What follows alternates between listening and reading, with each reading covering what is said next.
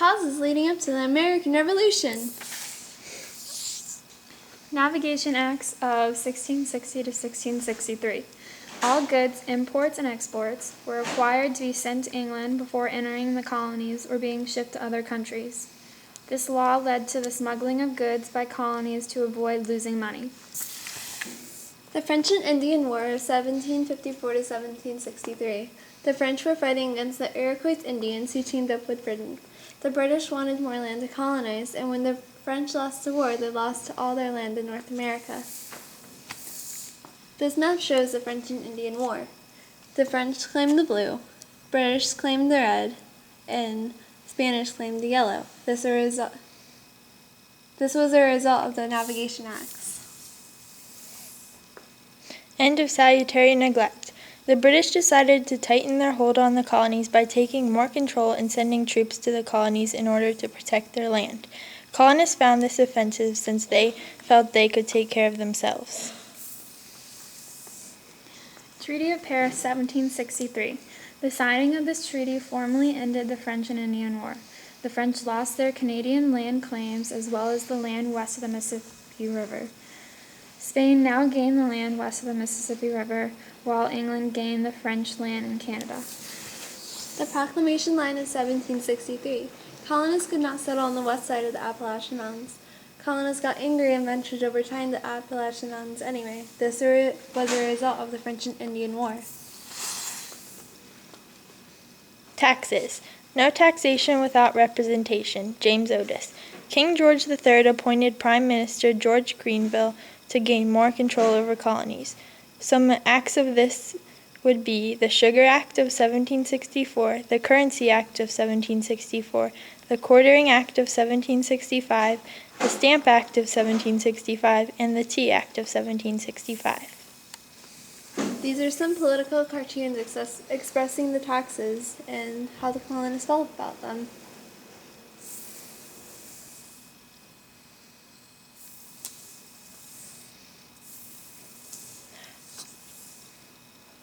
The Boston Massacre of 1770. British opened fire on a mob of angry colonists. Paul Revere witnessed the shooting and he wrote the first newspaper article about it. 11 people were killed in this incident. Declaration of Rights and Grievances. In 1774, the First Continental Congress met and made the decision to send a list of grievances to the King George III. The delegates at the Continental Congress wrote and sent this document 2 years before the Declaration of Independence was written.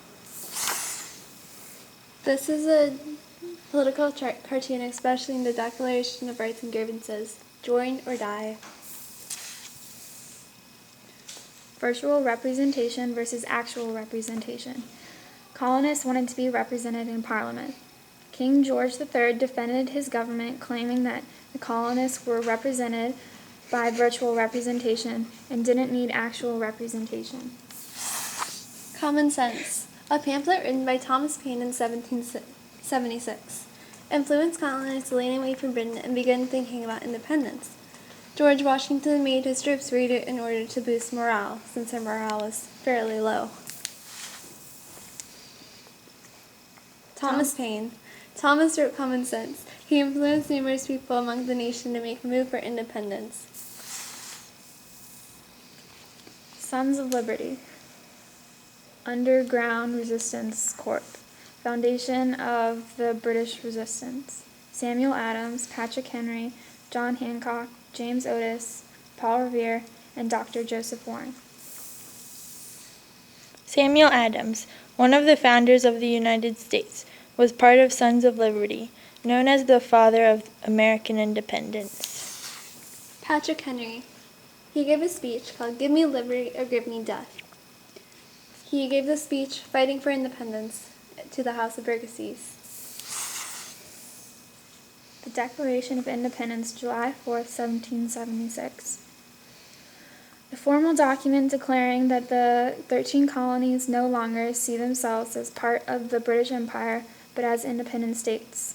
All men are created equal, that they are endowed by their Creator with certain unalienable rights, that among these are life, liberty, and the pursuit of happiness. Federalist Papers, number 10. Written on Thursday, November 22nd, 1787, by James Madison. It states that each state should have its own representation depending on the size of the state. Representatives are chosen by citizens, but the amount of representatives are chosen depending on the state's population. Federalist Paper number 51, written on Thursday, November 22nd, by James Madison. This document encouraged representative government. It states that justice was the only end of government and civil society. It brought up the idea of checks and balances. This wonderful production was created by Caitlin, Chanel, and Catherine. Thanks for watching.